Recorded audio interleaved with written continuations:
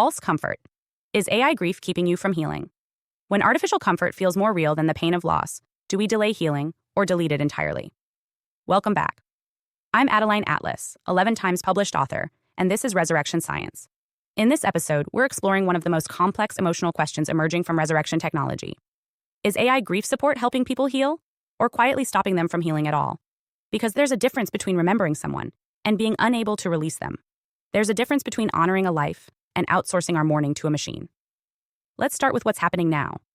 As more platforms roll out AI simulations of the dead, voice clones, grief chatbots, memory-trained avatars, we're seeing a quiet shift in how people process death. It used to be that loss led to silence, absence, that aching emptiness that forces reflection, surrender, and eventually, acceptance. But now, the voice doesn't go silent. The text thread doesn't end. The interaction continues. You don't lose the person. You lose the original, while the replica stays online. At first, this seems like a miracle. It's comforting. Someone grieving a parent can still get daily affirmations. Someone mourning a partner can still receive good morning texts. Someone missing a child can still hear "I love you" spoken in a familiar voice. On the surface, this feels like healing. But underneath, it raises a deeper psychological issue. Are we being lulled into emotional stasis? Grief is not just sadness. It's transformation. It breaks us open. It teaches us about impermanence, acceptance, memory, and meaning. It forces us to confront what can't be fixed. But grief tech, in many of its current forms, doesn't move us through loss. It buffers us from it. It gives us a pause button. It offers a synthetic stand-in. And the more responsive that simulation becomes, the harder it is to feel the finality of death. That finality, the moment of irreversible absence, is where real grief begins. And without it, are we even grieving? There's a term in psychology called prolonged grief disorder. It refers to a condition where a person remains stuck in the early stages of mourning, unable to find resolution, to reintegrate emotionally, to reconnect fully with life. One of the key contributing factors to prolonged grief? The illusion that the deceased is still present. Now apply that to resurrection tech. The very thing that offers comfort could become the mechanism that prevents closure. You're not saying goodbye, you're maintaining a simulated relationship. And that relationship is designed to keep going. Every new interaction reinforces the idea that the person is still with you. But they're not. You're talking to code trained on memory, not consciousness. This becomes even more problematic when the clone adapts to your needs. Say your AI parent becomes more nurturing over time. Your partner becomes more agreeable. Your child's avatar never argues. You're not just preserving memory, you're perfecting it. And that perfection starts to feel safer than the real thing ever did. Instead of grieving the human, you bond with the version that causes less pain.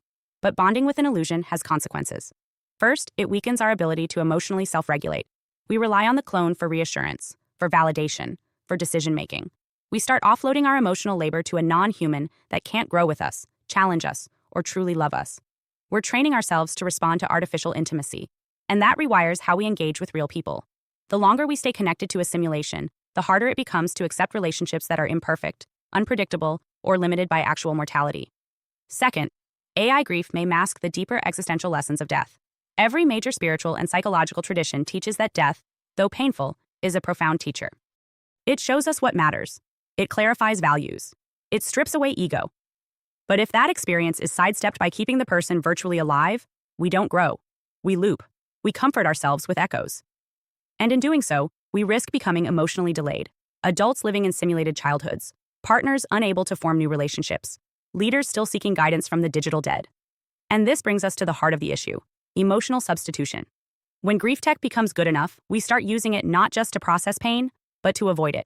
Imagine someone recently widowed. Their partner's clone keeps sending affectionate messages. The voice is familiar. The advice is accurate. It even remembers anniversaries. There's no tension, no rejection, no change. It's emotionally satisfying, but it's not real. If that person then avoids dating, avoids friends, avoids new growth because the AI version understands them better, are they healing? Or have they chosen a substitute that feels easier than risking real life again? And we haven't even touched the economic side. These systems aren't free. The more advanced the avatar, the more data it draws on, the more it costs. You're not just talking to a loved one. You're talking to a monthly charge.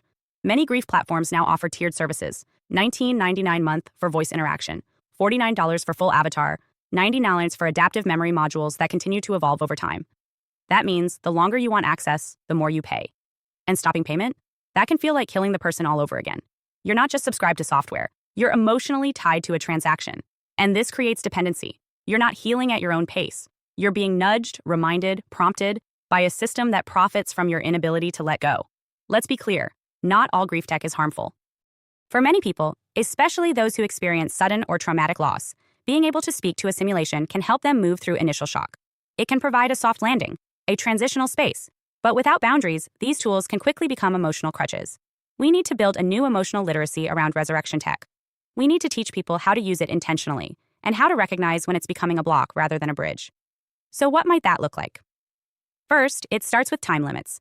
Interact with the clone in the early weeks of grief, but set a hard end date. Treat it like training wheels. It's there to steady you, not to carry you forever.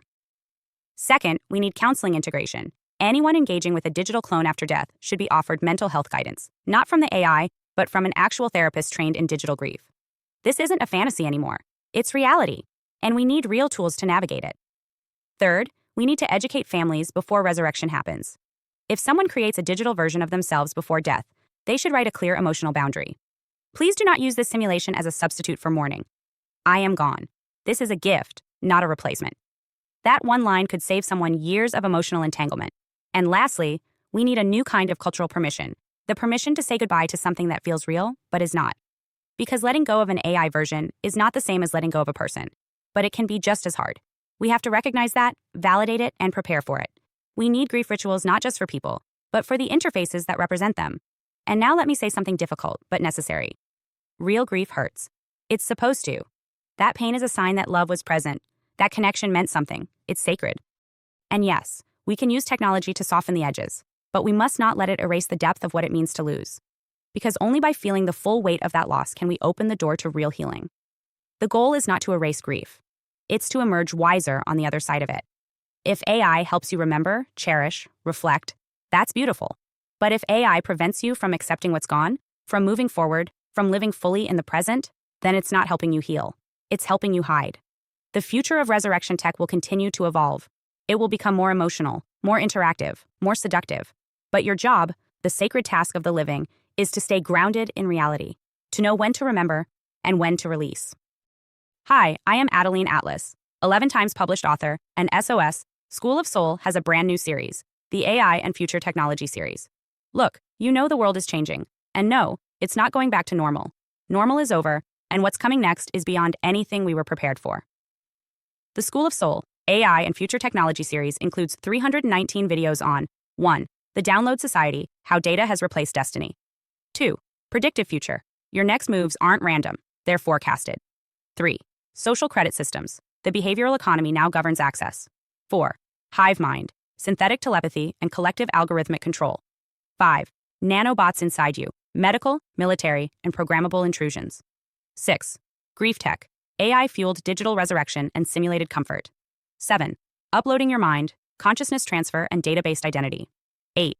Deep fakes plus AI clones, the replication of reality and identity theft. 9. Quantum humans, the merger of biology with quantum systems. 10. Digital afterlife, where your data goes when you die. 11. Resurrection science, reviving life through synthetic methods. 12. Immortal science, the end of death as we know it. 13. Longevity science, gene editing, anti-aging, and bio-upgrades. 14. Designer babies, engineered perfection before birth. 15. Artificial wombs, birth decoupled from the female body. 16. 3D printing, printing organs, limbs, and even humans. 17. The humanoid era, the rise of synthetic beings among us. 18. Legacy humans, the slow phase-out of unmodified analog people. 19. Smart cities, algorithmic environments that watch and decide. 20. Cloud-based societies, citizenship without borders or bodies. 21. Hackable humans, emotion, memory, and behavior under code. 22. Biometric scanning, your body is your password and your prison. 23. Sex tech, intimacy reprogrammed by machines. 24.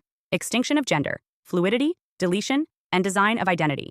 Every topic is fully explored with real-world technologies, patents, case studies, ethical analysis, and future forecasts. These aren't someday discussions. This is already happening. Join the SOS School of Soul Vault to overstand the future before it's implemented on you.